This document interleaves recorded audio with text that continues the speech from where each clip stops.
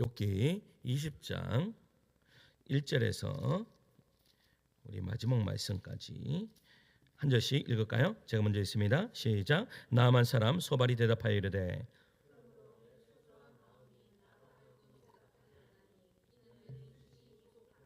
내가 나를 부끄럽게 하는 책망을 들었으므로 나의 슬기로운 마음이 나로 하여금 대답하게 하는구나. 악인이 이긴다는 자랑도 잠시요 경건하지 못한 자의 즐거움도 잠깐이니라. 자기의 똥처럼 영원히 망할 것이라. 그를 본 자가 이르기를 그가 어디 있느냐 하리라.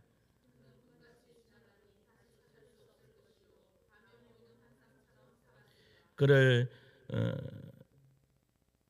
본 눈이 다시 그를 보지 못할 것이요 그의 처소도 다시 그를 보지 못할 것이며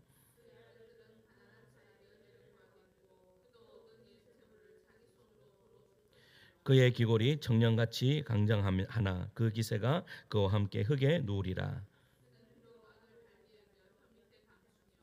아껴서 버리지 아니하고 입 천장에 물고 있을지라도 그가 재물을 삼켰을지라도 토할 것은 하나님이 그의 배에서 도로 나오게 하심이니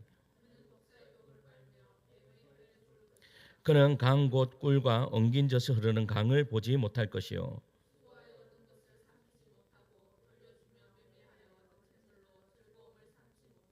이는 그가 가난한 자를 학대하고 버렸으며 자기가 세우지 않은 집을 빼앗음이니라.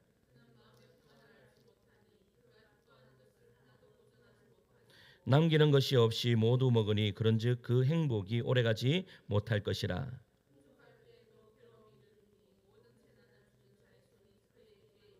그가 배를 불리려 할 때에 하나님이 맹렬한 진노를 내리시리니 음식을 먹을 때에 그의 위에 비같이 쏟으시리라.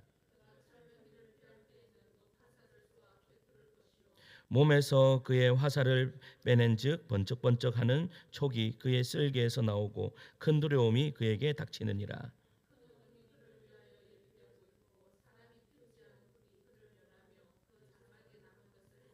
하늘이 그의 제약을 드러낼 것이요 땅이 그를 대항하여 일어날 것인즉.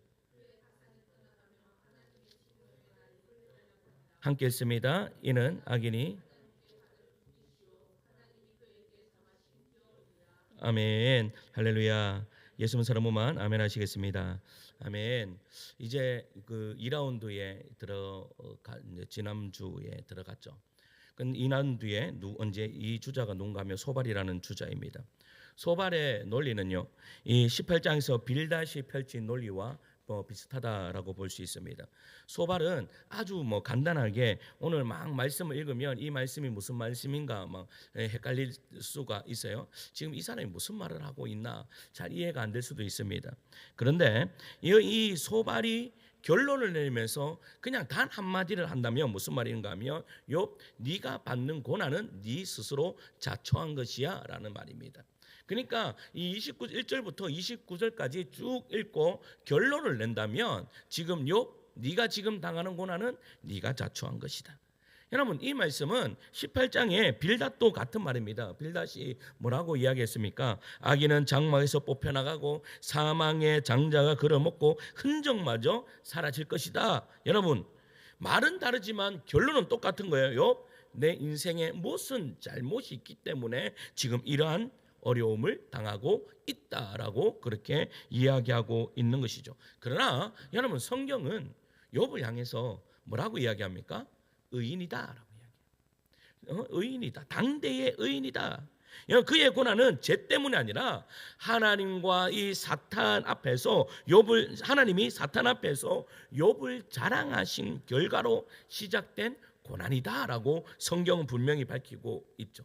여기서 우리는 중요한 진리를 하나 깨닫게 됩니다. 그것이 뭔가 하면 하나님은 우리의 고난을 단순한 인과응보의 틀을 넘어서 더 크신 하나님을 만나게 하신다라는 사실입니다. 따라서 여러분 욥에게 이러한 고난을 주시는 이유가 뭐죠? 더 크신 하나님을 만나라라고 이야기하는 겁니다. 우리가 하나님을 언제 만나십니까? 왜냐하면 뭐 많은 신학자들이요, 아니면 많은 목회자들이 그렇게 이야기합니다. 인생에 단 한 번만이라도 예수를 인격적으로 만나면 인생이 변한다라고 이야기합니다. 맞습니까? 제가 그랬습니다. 제가 고등학교 2학년 때, 여러분 어렸을 때부터 저는 우리 어머니가요, 뱃속에 있을 때부터 종치갖고 저는 뱃속에서부터 저는 교회를 다녔던 사람입니다. 그런데 여러분, 제가 고등학교 2학년 예수님을 인격적으로 만나기 전까지 하나님에 대해서 지식적으로만 아는 그 하나님이에요. 그런데 하나님이 정작 저에게 원하셨던 것은 너 지식적으로 아는 거 말고 진짜 하나님을 만나라. 진짜 하나님을 만나라라고 그렇게 말씀하고 계시는 것이죠. 우리가 설명되지 않는 교난을 겪을 때요, 이 억울하고 답답한 자리에 있을 때 사람들은 어떻게 해요? 쉽게 말합니다. 너 잘못한 것 있지? 잘못한 거 있기 때문에 그 일이 벌어지는 거야. 네가 자초한 일이야. 하지만 성경은 이렇게 말하죠. 그 고난은 너를 무너뜨리는 것이 아니라 그 속에서 나를, 그러니까 하나님을, 더 크신 하나님을 만나게 하기 위함이다라는 것이에요. 그래서 오늘 이 밤에요, 우리는 고난의 이유보다 더 중요한 것, 바로 그 고난 속에서 일하고 계시는 하나님을 경험케 되는 그런 은혜의 역사가 이루어지기를 간절히 소망합니다. 이제 우리가 붙잡아야 할 질문이 하나 있습니다. 그렇다면 하나님은 왜 우리의 삶에 단순한 이 인과응보의 공식에서 끌어내어서 고난이라는 자리로 우리를 자꾸 밀어내실까요? 그 이유를 우리 한번 찾아보도록 하겠습니다. 첫째는요, 원칙 너머의 하나님을 알게 하기 위해서입니다. 뭐 어디에 넘어서요? 원칙 너머의 하나님을 알게 하기 위해서. 그러니까 이 욥의 친구들이요, 계속 이야기하는 것이 뭐예요? 인과응보의 원칙이라는 것이죠. 선을 행하면 복을 받고 악을 행하면 뭐를? 저주를 받는다라고 그렇게 이야기를 하고 있는 거예요. 여러분, 이 원칙은 성경에도 나오는 진리입니다. 그러나 성경이 말하는 하나님은 단순한 원칙만 세워두고 기계적으로 움직이는 분이 아닙니다. 성경은 하나님을 원칙의 하나님이 아니라 인격의 하나님으로 소개하고 있는 것이죠. 그래서 예수님은요, 자기 자신을 가리켜서 계속해서 나는 누구다, 나는 무엇이다 계속해서 말씀하신 이유가 바로 여기에 있습니다. 그래서 예수님이 대표적으로 이야기해 나는 길이요 진리요 생명이다. 이건 원칙이 아닙니다. 이것은 여러분 뭔가 하면 인격적인 하나님을 만나라 하면서 우리에게 말씀하고 계시는 거예요. 그래서 하나님은 원칙을 세우셨지만 그 원칙을요, 인격의 목적에 따라 사용하신다라는 겁니다. 쉽게 설명하면 이겁니다. 유익을 위해서는 원칙이 필요할까요? 필요하지 않을까요? 여러분, 유익을 위해서 원칙이 필요합니까? 필요하지 않습니까? 필요합니다. 원칙이 없으면 되지 않습니다. 그런데 때로는 우리의 구원을 위해 그 원칙을 넘어 융통성을 발휘할 때가 있습니까? 없습니까? 해야 됩니까? 안 해야 됩니까? 이것을 정확하게 보여주셨던 분이 우리 예수님이에요. 여러분, 원칙으로 이야기하면 가늠한 여인은 돌에 맞아서 죽어야 됩니다. 그런데 예수님께서 뭐라 말씀하시죠? 죄 있는 자가 돌로 치라라고 그 원칙을 넘으셨어요. 왜 그러셨어요? 그 영혼을 사랑하기 때문입니다. 살리기 위함이었죠. 따라서 우리 하나님은 원칙보다 무엇을 더 먼저 생각하시는가 하면 사람을 먼저 더 생각하십니다. 문제는 우리의 재성 때문입니다. 우리는 원칙을 자꾸 자기 편한 대로 사용할 때가 너무나 많습니다. 하나님의 주권을 핑계로 내 책임을 피하려고 합니다. 하나님의 계획 속에 있으니 뭐 어쩔 수 없다라고 그렇게 이야기를 하죠. 모든 삶이 하나님의 계획 속에 있는데 뭐 내가 어떻게 하겠습니까? 그냥 저는 따라갈 뿐이죠 라고 그렇게 이야기하는 사람들이 있습니다. 또 어떤 사람들은요, 인간의 책임을 강조하면서 여러분 자기의 교만을 합리합니다. 내가 했다라는 것이죠. 내가 했기 때문에 내가 했다라고 하는 것을 너무나 밝힌 나머지 어떻게 해요? 교만에 빠지게 된다라는 겁니다. 나는 하는데 왜 저들은 안 하냐? 이렇게 말하는 것이죠. 즉 원칙 자체가 나쁜 것이 아니라 우리가 원칙을 남들에게 들이대는 내게 뭐 자신에게 면제하려는 이 재성 때문입니다. 그래서요, 우리는 언제나 뭐를 찾는가 하면 핑계를 찾습니다. 핑계를. 여러분, 핑계를. 모든 것에서요, 우리는 핑계를 찾으려고 그렇게 합니다. 그런데 핑계를 찾으시면 안 돼요. 여러분, 왜냐? 여러분, 하나님은 그 원칙 너머에 계시는 분이시기 때문입니다.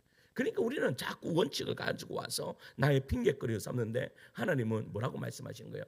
야, 그런 거 가지고 핑계거리 삼지 마라고 이야기를 하는 것이죠. 자, 욥기 19장을 한번 찾아볼게요. 욥기 19장 25절에서 27절이에요. 25절에서 27절 말씀 같이 갈까요? 25절에서 27 내가 알기에는 시작. 내가 알기에는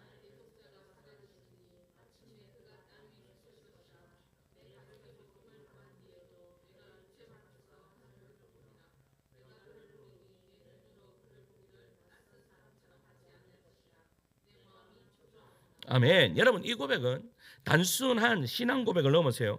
계시의 성강 같은 절규에 가깝습니다. 왜 그렇다 뭐 말씀드렸죠? 지금 욥이 부활의 신앙을 가지게 되었다라고 지난주에 말씀을 드렸습니다. 18장과 20장의 이 소발이 아무리 원칙으로 욥을 옥죄어도 욥은 지금 그 원칙 밖에 서 있는 거예요. 근데요, 그 원칙 밖에 어떻게 서 있었어요? 그는 여러분 일부러 그 자리에 여러분 원칙 밖의 자리에 일부러 간 게 아닙니다. 그리고 뭐 죄를 지어서도 아닙니다. 수양이 부족해서 아니면 수양하기 위해서 내가 그 자리로 내가 밀려났다도 아닙니다.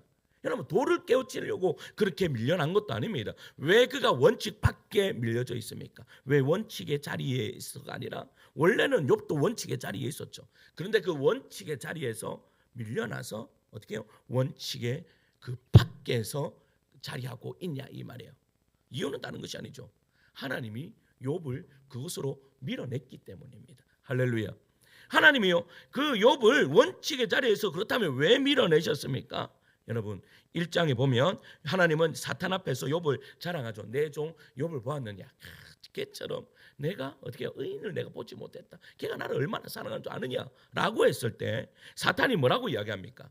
욥이 까닭없이 하나님을 섬기겠습니까? 하나님이 울타리로 들려주셨기 때문에 믿는 겁니다. 그러니까 이 욥을 울타리로 딱 메었기 때문에 욥이 지금 하나님 잘 믿는 거지. 이 울타리 밖으로 딱 밀어내 보십시오. 그러면 분명히 하나님을 원망할 것입니다라고 그렇게 이야기했어요. 그러니까 하나님이 어떻게 하신 거예요? 욥을 그 원칙이라는 그 울타리 밖으로 살짝 밀어내신 거예요.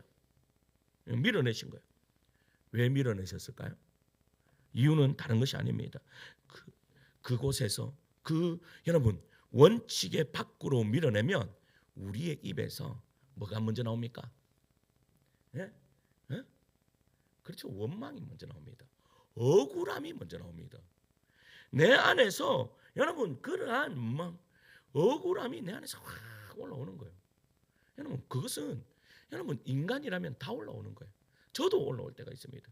저도 막 억울함이 막 이게 맞습니다. 올라올 때가 있겠습니까? 없겠습니까? 있죠. 없는 사람은 없습니다. 여러분 그런데 중요한 것은 그 억울함 속으로 왜 밀어넣으세요? 여러분 여기에서 믿는 사람들과 믿지 않는 사람들이 어떻게 해요? 다 갈립니다.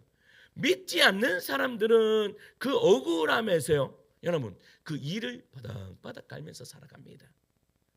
내가 그 상처를 준 그 사람 언제 내가 갈바보나 하면서 입을 깎으면서 그렇게 하면서 한평생을 살아갑니다. 내가 힘만 있어봐라.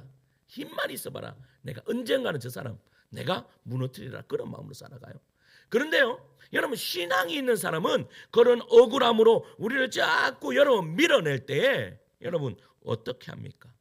나 자신을 바라보게 되는 거예요. 그러면서 우리는 질문하죠. 하나님 왜 원칙 밖에서 여기에서 나에게 도대체 원하는 것이 무엇입니까? 라고 하나님께 묻게 되는 거예요. 할렐루야. 여러분 이러한 물음이 있기를 간절히 소망합니다.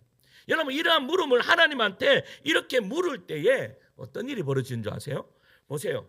원칙에 하나님만 믿기만 하면 어떤 일이 벌어지는가 하면 하나님 저 이거 이렇게 하겠습니다 라고 하면 어떤 관계뿐이 되지 않아요? 여러분 상하 관계뿐이 되지 않아요. 여러분 그런 인격적인 관계라고 이야기할 수 있을까요? 그럴 수 없죠. 여러분 이렇게 좀 내가 사장이고 밑에 있는 종업 이 부리는 사람들이 있다면 종업원들이 있다면 어떤 관계예요? 여러분 종업원들이 대부분 사장님을 좋아합니까? 안 좋아합니까? 싫어합니다. 맞습니다. 여러분 부교육자리 담임 목사님 좋아하는 사람 있을까요, 없을까요? 우리 교회만 다릅니다. 근데요, 그 장만 없으면 그렇게 편합니다.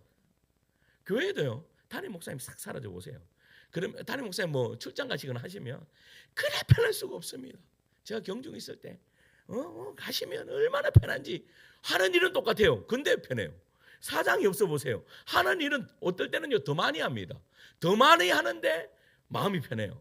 우리 집사람 보니까 그렇더라고. 우리 집사람 팀장님 없으면 일은 더 많이 하는데 굉장히 편하게 하더라고. 그게 뭐예요?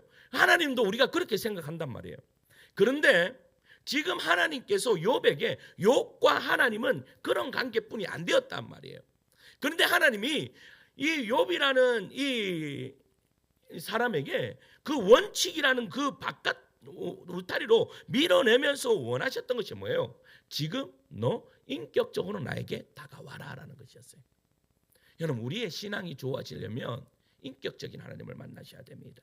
그러면 그 인격적인 하나님을 우리는 맨날 인격적인 하나님을 만나야 됩니다. 제가요 예전에 중고등부 사회 갈 때 아이들한테 그렇게, 얘들아 인격적인 하나님을 만나야 된다. 근데 얘들이 저한테 전사님 그 인격적인 하나님이 뭡니까? 라고 물어보는 거예요. 여러분, 그러면 여러분들한테 묻습니다. 인격적인 하나님이 뭐죠?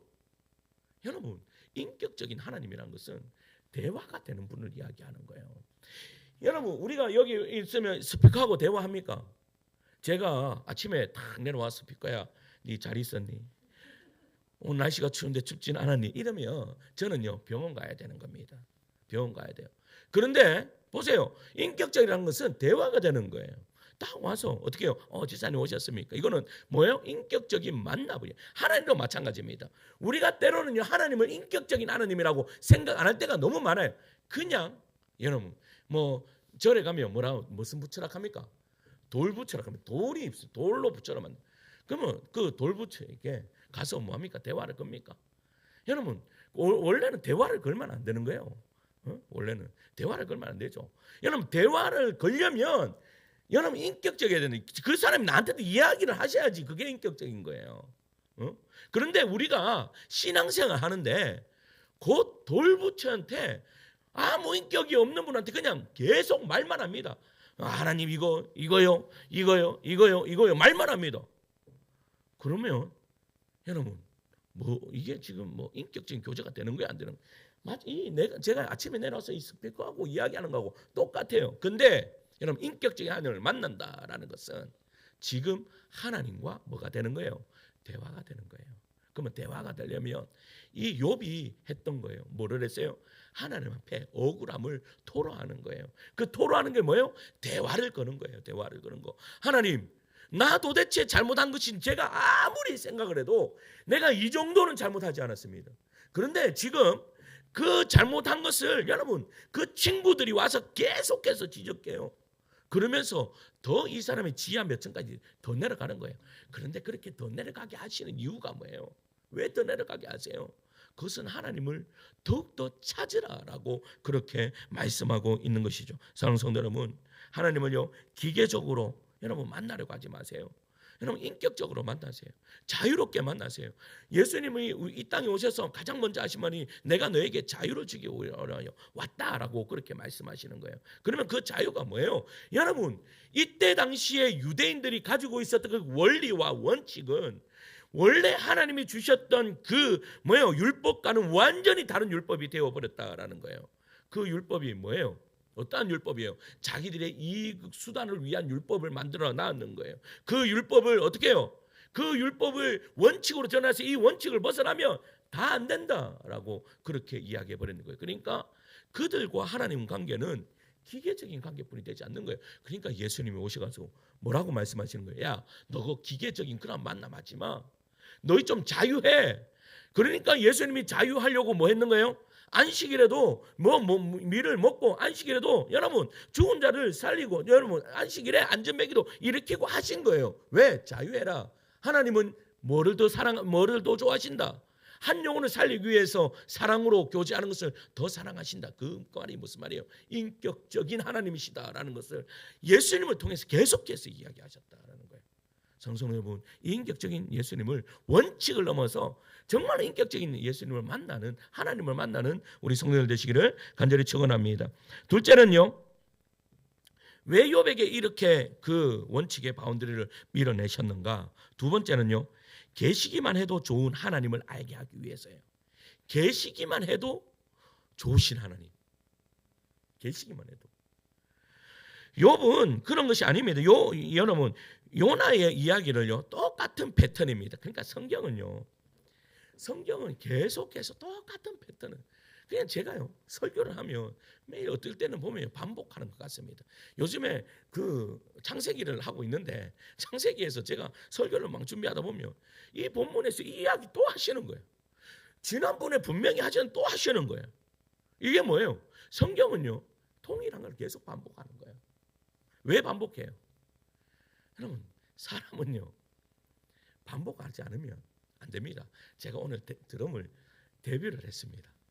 제가 화요일 날 레슨을 한번 받았습니다. 화요일 날 레슨을 받고, 느린 곡은 어떻게 치야진지, 빠른 곡은요 이게 손이 늘어갖고 안 됩니다. 그러니까 쿵짝쿵짝군이 안 되는 거야. 그런데 선생님한테 물었어요. 자, 악보 달라. 그래서요, 제가 평일날 여러분 연습했을까요, 안 했을까요? 연습을요 1시간 동안 죽도록 했습니다. 연습하니 저 정도 되는 거예요. 연습 안 하고 뭐 그때 배워갖고 하면 뭐 천재게, 여러분 그런 거예요. 그런데 이게 왜 인간이 그래야 되는 줄 아세요? 우리도 마찬가지예요. 여러분, 한평생 살아왔던 그 나의 생활 패턴을 아무나 바꿀 수 있어요? 여러분, 나는 당장 바꿉니다. 그 사람 아닙니다. 당장 바꿨던 사람들이 있으면요, 그분하고는 손절을 하셔야 됩니다. 왜냐? 인간이 아닙니다. 절대 그럴 수 없습니다. 언젠가는 다시 넘어갑니다. 그런데요, 여러분, 이리 넘어지고 저렇게 넘어지고 이렇게 해서 그렇게 하다가 내가 조금씩 고쳐나가는 사람들이 고쳐나가는 거예요. 그러니까 여러분, 성경에서 말하는 이 동일한 패턴을 여러분 우리가 잘 읽으셔야 돼, 잘 보셔야 된다는 거예요. 그런데 오늘 이 욥의 패턴이 요나의 패턴과 비슷합니다. 요나는요, 니네로 가라는 명령을 거부하고 어디로 갑니까? 다시스로 도망합니다. 어떻게 되었습니까? 가다가요, 배가 어떻게 해요? 큰 풍랑을 만나가지고 그가 바다에 빠지게 돼요. 바다에 빠졌더니 하나님께서 큰 물고기 예비하셔서 그를 삼키죠. 그래서 그 뱃속에서 3일 밤을 3일 동안 그게 거하게 됩니다. 그러면서 한번 찾아볼게요. 요나 2장 4절에서 6절이에요. 요나가 이렇게 기도합니다. 요나 2장 4절에서 6절.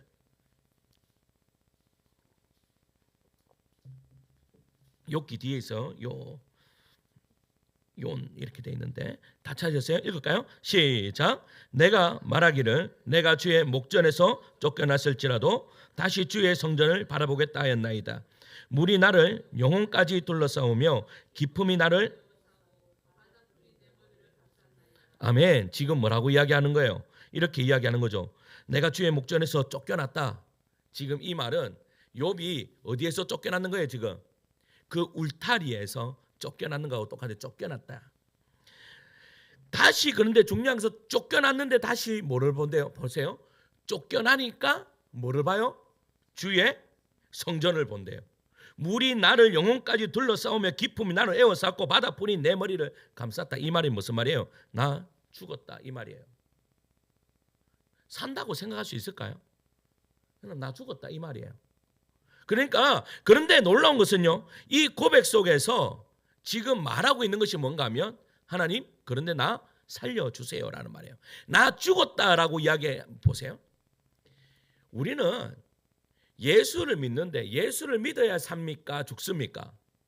예수를 믿어야 삽니다. 그런데 예수를 믿으면 죽습니다. 죽고 나야 삽니다. 할렐루야, 맞습니까? 이게 우리가 다 경험한 겁니다. 죽어야 삽니다. 지금 요나도, 여러분 보세요. 죽었다 이야기하잖아요. 근데 지금 뭐라고 말씀하고 있는 거예요? 나 살려주세요라고 이야기하고 있는 거예요. 그러니까 요나가 지금 이야기하는 것은 하나님이 나를 버리신다 해도 이제 나는 하나님만 바라보겠다라고 된 거예요. 언제 그렇게 되었어요? 죽게 되었을 때 그 이야기를 하는 거예요. 죽게 되었을 때. 그러니까 하나님의 그 마음을 알게 되는 거죠. 요나가요, 니느웨에 가기 싫었던 이유가 뭡니까? 아주 단순합니다. 여러분, 니느웨는 아수르의 수도입니다. 아수르는 여러분 이스라엘을 멸망시키는 나라입니다. 그런데 자기 나라를 분명히 이들이 회개하고 이들이 벌 안 받으면 분명히 이스라엘을 어떻게 해요? 점령하고 이스라엘을 멸망시킬 것인데, 여러분 누가 그 가서 회개를 선포하겠습니까? 누가 그 가서 복음을 선포하겠습니까? 여러분 요나는 어떻게 보면 여러분 요나는 아주 애국자입니다. 이스라엘과 유다를 사랑했던 그러한 선지자예요. 근데 그러한 선지자가 너무 나라에 안 그래도 조금 있으면 우리나라가 분명히 멸망당할 건데 그 나라에 가서 그 나라를 살려주라라고 하니까 요나가 갈 수 있냐 이 말이에요. 요나는 국가적 면모를 들고 하나님의 뜻에 여러분 반대했습니다. 그럴 때 보입니다. 그러나 국가, 민족, 감정, 이해관계라는 옷을 벗겨내고 그 속에서 자기 중심성, 이기심 이런 모든 것들을 다 벗어내는 거예요.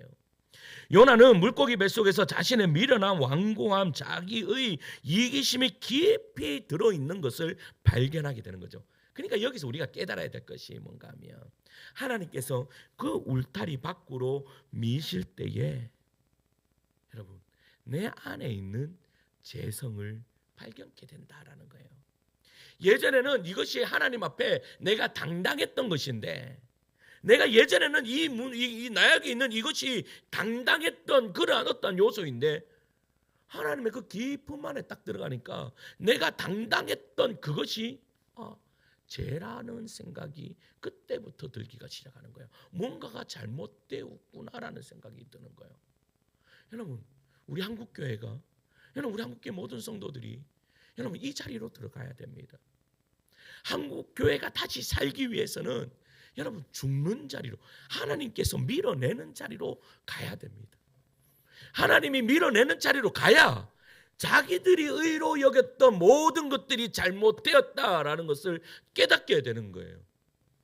그래야 여러분 교회가 살고 여러분 우리가 살게 되는 그런 은혜의 역사가 이루어진단 말이에요. 그런데요 매일 승승장구해 보잖아요. 매일 승승장구하면 그때부터 교회는 타락하게 되어 있습니다. 여러분 왜 천주교가, 왜 가톨릭이 그렇게 타락했습니까? 여러분 중세 가톨릭을 보세요. 이것은 교회가 아니에요. 타락을 하더라도 이렇게 타락할 수 없어요. 여러분 제가 지난번에 다 말씀드렸지만 중세에 있었던 교황들을 보세요. 교황들 안에 뭐 어떤 자들이 있었는가 하면 동성애자들이 있었어요. 교황들 안에 여러분 이 입에 담을 수 없는 그러한 죄악을 일으켰던 사람들이 얼마나 많은지 몰라요. 여러분 교황이 썩었는데 그 밑에 뭐 추기경들이나 안 썩었겠어요? 여러분 그런데 어떤 자들이 일어나는 줄 아세요? 어떤 자들이 일어나서 여러분 그 기독교를 그래도 이 뭐라고 합니까? 그 문맥을 이어나가는 줄 아십니까? 가난한 자들, 연약한 자들. 여러분 그러한 자들이 여러분 수도원에 들어간다든지 아니면 그렇게 들어가서 그 기독교의 문맥, 이 맥을 이어간다라는 사실이죠. 누가 그렇게 해요? 뭐를 가졌다라는 사람들이 그렇게 하는 것이 아니에요. 여러분 정말로 부족하고 연약한 자들을 통해서 하나님께서 그들을 사용하신다라는 거예요. 그러니까 그들을 어떻게 해요?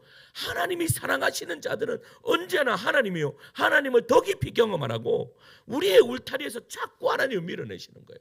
마치 독수리를 어떻게 해요? 여러분 그 자꾸 낭떠리에서 자기 새끼를 독수리가 밀어내듯이 그렇게 하신단 말이에요. 왜? 위대한 하나님의 사람들로 만들기 위해서 그런다라는 사실이죠. 그렇게 했을 때에 여러분 요나의 고백이 바뀌는 거예요. 요나의 고백이 어떻게 바뀌어요? 주의 목전에서 쫓겨났을지라도 나는 주의 성전을 바라보겠다. 요나가 지금 여러분 지금 뭐 하러 가는 길이에요? 하나님 피해서 도망가는 길이에요. 하나님 피해서 도망가는 길에 하나님께서 어려움을 만나게 하시니까 이것이 여러분 보세요. 그러니까 여러분 때로는 우리가 잘못된 길로 갔을 때에 우리가 좀 혼나는 게 맞습니까? 아니면 잘못된 길로 가더라도 그냥 끝까지 가는 게 좋은 겁니까? 우리는요 그런데요 잘못된 길이라도 끝까지 가기를 원합니다. 끝까지.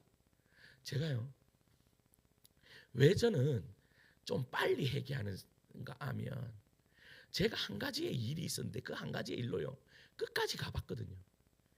그냥 하나님 앞에 기도하는데도 하나님 저에게요 계속 불편한 마음을 주세요. 너 그거 아니야. 너 빨리 돌이켜 라고 하신대요. 가보자 한번 내가. 가보자 어떻게 되는가 가보자. 여러분 그러면 하나님도요. 막다가 안 되면 그래 네 하는 대로 한번 해봐라 라고 말씀하십니다. 네 하는 대로 한번 가봐라 라고 말씀하세요. 네 하는 대로 가보면 어떻게 되는 줄 아십니까? 응? 거기에는 더 이상의 자비가 없어요. 거기에는 더 이상의 긍휼이 없어요. 거기에서는요 그냥 나 죽었다 하고 엎드리는 수뿐이 없습니다. 엎드리는데도 그냥 엎드리는 것이 아니라 그냥 납작 엎드려가지고 하나님 저 용서하여 주시옵소서라고 여러분 엎드릴 수뿐이 없는 거예요. 그렇게 엎드리는데도요 여러분 하나님이 그렇게 엎드리면 우리의 생각은요 그렇잖아요. 그렇게 엎드리면 그래 잘 돌아왔다 빨리 일어나라 그러실 줄 알죠. 아나콩입니다. 여러분 왜 하나님은 우리에게 빨리 응답하지 않는 줄 아십니까? 여러분 빨리 응답해 인간들은 빨리 응답해 주면 그새 바뀝니다. 그새 바뀌어가지고 또 그 짓 하고 있습니다. 그새 바뀌어서 그러니까 하나님은요 내가 납작 엎드리는데도 여러분 가만 놔두는 거예요. 우리 큰형님이 엄청 잘 혼냅니다. 그러니까 뭐 우리 형님한테는요 뭐 하여튼 원칙에서 벗어나면 그때는 뭐 이제 혼나는 날이에요. 근데 혼나는데도요 그냥 혼나지 않습니다. 눈물 콧물 쏙 빼도록 혼납니다. 그러니까 우리는 마음이 약해서요. 우리 애들 혼낼 때 마음이 약해서 아이 자식들 하면 눈물이 거성하면 아이 그래 하지 마라 그래 이렇게 막 날려줍니다. 그런데 우리 집 사람도 좀 그런 경향인데 애들이 눈물 쏙 뺄 때까지 혼내는 거예요. 눈물 쏙 뺄 때까지. 그런데 그렇게 한번 혼나거나 제가요 초등학교 1학년 때 들어가자마자 우리 큰형님이 앞에서 욕을 한번 했다가 정말로 제가요 그 빗자루가 부서질 때까지 맞았습니다. 빗자루 부서질 때까지 맞다가 우리 옛날에 동네 친구들 놀려면 세동아 이 대문 앞에 세동아 놀자 그런 거 해보셨습니까? 안 해보셨는 것 같은데 저하고 나이 차이가 하도 많이 세동아 놀자 하면요 그렇게 부르다가 그 아이도 들어와서 네가 욕 가르쳐줬지 하면서 같이 맞았습니다. 같이 맞았어요. 그만큼 혼냅니다. 그런데 제가 그 뒤로요 욕을 하지 않았습니다. 욕을 하지 않았습니다. 근데 하나님 방법이요. 이 방법인 거예요. 하나님이 그냥 단순하게 그냥 내가 한번 말로 그냥 해결했다고 그냥 끝나는 문제가 아니라 하나님이 사랑하시는 자들은 지금 욥 보세요. 욥이 지금 한두 해예요. 지금 끝까지 하나님을 인격적으로 경험하기 위해서 끝까지 내밉니다. 여러분 그러나 여러분 이게 우리를 살리는 기름을 믿으시기를 간절히 축원합니다. 견디십시오. 견디면 일이 벌어집니다. 마지막 세 번째는요 원수를 지우고 하나님만 보게 하시기 위해서입니다. 왜 우리를 이렇게 테두리 안에서 밀어내십니까? 원수를 지우고 나의 인생에 여러분 내 인생에 원수가 있습니까 없습니까? 내 인생 원수를 지우고 하나님을 보게 하시기 위해서이다. 원수는 나의 집에 있다고 이러면 안 됩니다. 여러분 우리가 고난을 겪을 때 가장 먼저 떠오르는 감정이 뭔지 아십니까? 억울함이고 분노고 그리고 대개는 원수라는 단어입니다. 저 사람이 내 삶을 어렵게 만들었어. 그 일이 내 복을 가로막았어. 저 관계가 내 인생의 발복을 잡았어라는 생각이 가장 먼저 듭니다. 그러나 성경은요 놀랍게도 우리에게 이렇게 말씀하시는 거예요. 신자에게는 원수는 없다라는 겁니다. 그리스도인에게는 원수는 없다라는 거예요. 로마서 12장은 신앙인의 삶을 매우 구체적으로 설명합니다. 사랑은 거짓이 없어야 하고 형제에게 존경하기를 먼저 해야 하고 게으르지 말고 주를 섬겨야 하고 환난 중에도 기도해야 한다라고 이야기해요. 그러면서 이어서 여러분 한번 찾아볼까요? 로마서 12장 14절에서 18절이에요. 로마서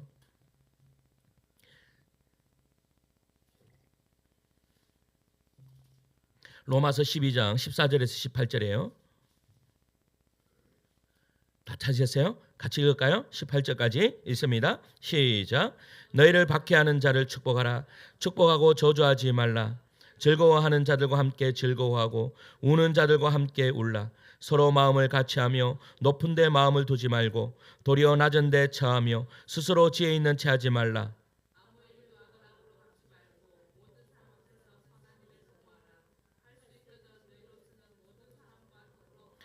아멘. 여러분, 지금 사도 바울은요, 하나님이 주셨던 그 교리적인 것들을 이야기하고 성도와의 교제에 대해서 분명하게 이렇게 밝히고 있습니다. 이것이 어떻게 이렇게 밝혀지는 줄 아세요? 사도 바울 또한 하나님께서 계속 밀어내시기 때문입니다. 하나님과 깊은 교제를 하기 위해서 밀어내시기 때문이에요. 그렇게 밀어내다 보니까 여러분, 그 바울도 굉장히 원칙주의자였습니다. 왜 원칙주의자인 줄 아세요? 바울도 바리새인이기 때문입니다. 여러분, 그 원칙주의자였던 바울이 보세요. 그러면 신앙생활하면 우리 권사님 맨날 하시는 소리, 여러분 신앙생활도 성격대로 하고 성격대로 은혜 받고, 맞습니다. 하나님께서 왜 바울을 택하셨을까요? 그것 때문에 택하신 거예요. 그런데 바울을 원칙주의자였기 때문에 그 하나님과의 깊은 교제, 이러한 사람이 원수를 어떻게 해요? 너희를 받게 하는 자를 축복하라. 축복하고 저주하지 말라. 여러분, 바울은요 눈이 시뻘건 사람이었어요. 나한테 조금만 해코지해봐라 그러면 2배 3배로 갚겠다라고 그런 마음을 가지고 있었던 사람이에요. 그런데 중요한 것은 2차 전도 여행 때 보세요. 바나바가 누구를요 마가를 데리고 가려고 할 때 눈 시뻘게 해서 저거는 그러면 저 종자는 안 되는 종자야, 같이 못 가, 이렇게 이야기했던 사람이에요. 그런데 지금 여러분 로마서에서 기록하기에는 어떻게 기록하고 있어요? 여러분, 너희를 받게 하는 자를 축복하고 축복하는 자를 저주하고 즐거워하는 자들과 함께 즐거워하고 우는 자들과 함께 울고. 여러분, 이러한 고백들이 어떻게 나와요? 하나님께서 여러분 이 바울이라는 자를 고난 가운데서 계속 밀어냈기 때문에요. 그 울타리 밖으로 밀어내니까 이러한 고백이 나오는 거죠. 아무나 이러한 고백이 나옵니까? 아무나 이러한 고백이 나올 수가 없어요. 여러분, 지식적으로 이런 고백이 나와요? 절대 나올 수가 없어요. 여러분, 경험하지 못하면 나오지 못하는 고백들이 있어요. 제가 좋아하는 목사님이요, 와, 목사님 설교를 어떻게 그렇게 잘하십니까? 라고 했을 때 나는 이러한 경험들이 내 경험에서 나왔는 것이기 때문이야, 이렇게 이야기했습니다. 저는 거기에 100% 공감합니다. 여러분, 경험하지 못하면 이것이 나올 수가 없어요.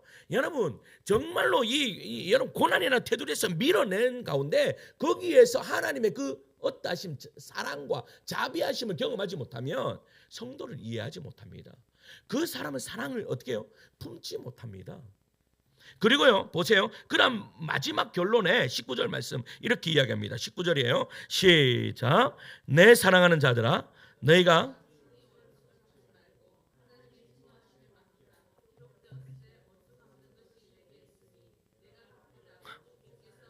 지금 뭐라고 이야기하는 거예요?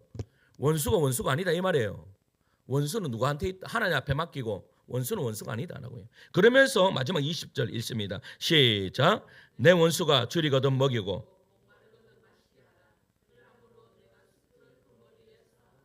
아멘. 여러분, 이 말이 무슨 말인 줄 아세요? 더 쉽게 이야기하면 이 말이에요. 여러분, 원수를 왜 내 곁에 두었는가, 이런 생각을 하셔야 돼요. 왜 나에게 고난을 주는 그 사람을 옆에 두었죠? 그것은 누가 하나님의 손 안에서 그 사람도 그 사건도 하나님이 사용한 것이다 라는 것을 뭐 하는 거예요? 믿도록 만드는 거예요. 하나님이 내 옆에 둔 그 사람을 통해서 지금 뭐 하시는 거다? 하나님 지금 사용하신 거예요. 원수 관계라는 것은 내 인생을 누군가는 망가뜨렸다는 생각에서 비롯됩니다. 하지만 여러분, 하나님을 믿는 사람은 여러분 내 인생이 망가집니까? 안 집니까? 여러분들 인생 절대 망가지지 않습니다. 왜냐하면 하나님은 여러분 하나님의 자녀를 망가뜨리시는 분이십니까? 아닙니다. 하나님은 우리 자녀들을 끝까지 책임져 주시는 분이십니다. 여러분 믿으십니까? 보세요. 그 요셉을 보세요. 요셉이요, 국무총리가 됐을 때 자기 형들이 앞에 왔어요. 형들이 와고 아버지가 돌아가셨어요. 그러니까 형들이 벌벌 떨고 있는 거야. 아버지가 없으니까 이제 이 요셉이 나를 어떻게 우리를 멸하겠다라고 딱 해요. 그때 요셉이 뭐라고 말합니까? 형님들 걱정하지 마십시오. 나를 이곳에 보낸 분은 당신들이 아니라 하나님이십니다. 할렐루야. 이 고백과 지금 바울의 고백이 동일한 거예요. 무슨 말인지 이해 가십니까? 여러분, 요셉은 자기의 인생을 돌아보며 깨달았습니다. 형들은 악하게 행했지만 하나님은 그 악함까지도 뭘로 사용하신다? 선함으로 사용하신다라는 것을 깨닫게 되고 경험했다라는 것이죠. 요셉에게 형들은 분명히 상처를 준 사람입니다. 하지만 시간이 지나고 보니까 그들의 원수가 아니라 하나님의 계획의 도구였다라고 그렇게 이야기하는 것이죠. 그러면서 요셉의 고백은 한 문장으로 바꾸면 이거예요. 내 인생에 원수는 없었다. 할렐루야. 여러분, 이러한 믿음의 사람들이 되기를 간절히 축원합니다. 예수님도 그러셨잖아요. 예수님도 그 골고다 언덕을 탁 오르실 때, 여러분, 골고다 언덕을 올라가다 보면요, 예수님께서 있었던 그 7군데가 딱 있어요. 그러면 그 한 군데 한 군데마다 하나님, 그 예수님이 말씀하셨던 그런 이야기들이 있잖아요. 그때 여러분, 침 뱉는 그들을 향해서 예수님이 뭐라고 말씀하셨습니까? 주여, 저들의 죄를 용서하여 주시옵소서. 저들이 하는 짓을 알지 못합니다 라고 했습니다. 예수님은 조롱하고 때리고 십자가에 못 박는 사람들, 그들이 어떻게 보면 예수님한테는 원수죠. 그런데 하지만 예수님은 그들의 행동조차 뭘로 본 거예요? 하나님의 구원의 계획으로 본 거예요. 그들이 악을 행하고 있었지만 하나님은 그 악을 꺾어 우리를 구원하시는 십자가 길로 바꾸고 계시는 것이죠. 그러니까 예수님을 알고 계셨습니다. 원수처럼 보이는 그 사건 속에서도 하나님이 일하고 계신다. 그러니까 여러분 보세요.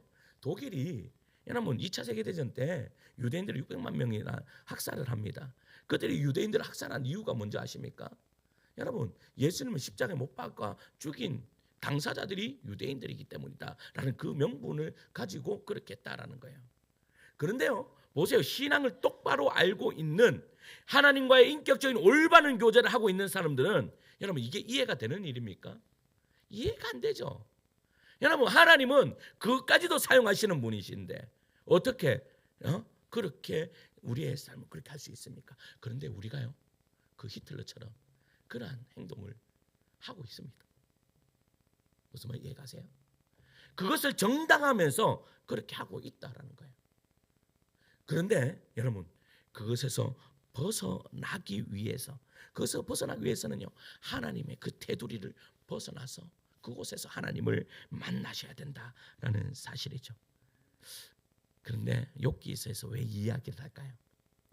이 이야기를 하는 이유가 욥이 서서히 깨닫게 되는 거예요. 자기 친구들이 왜 내 옆에서, 차라리 돌아가 보면 끝나는데 왜 내 옆에서 계속해서 나를 찌르는지 욥이 조금씩 깨닫게 되는 거예요. 그게 뭐예요? 지금 나를 하나님께로 계속 이끌어주는 도구가 누구예요? 이 친구들이었다라는 거예요. 이 친구들. 그러니까요, 어떻게 해요? 여러분 보세요. 42장 10절 가보세요. 욥기 42장 10절이에요. 욥기 42장 10절. 마지막에 이렇게 됩니다. 42장 10절에 읽을까요? 시작. 욥이 그의 친구들을 위하여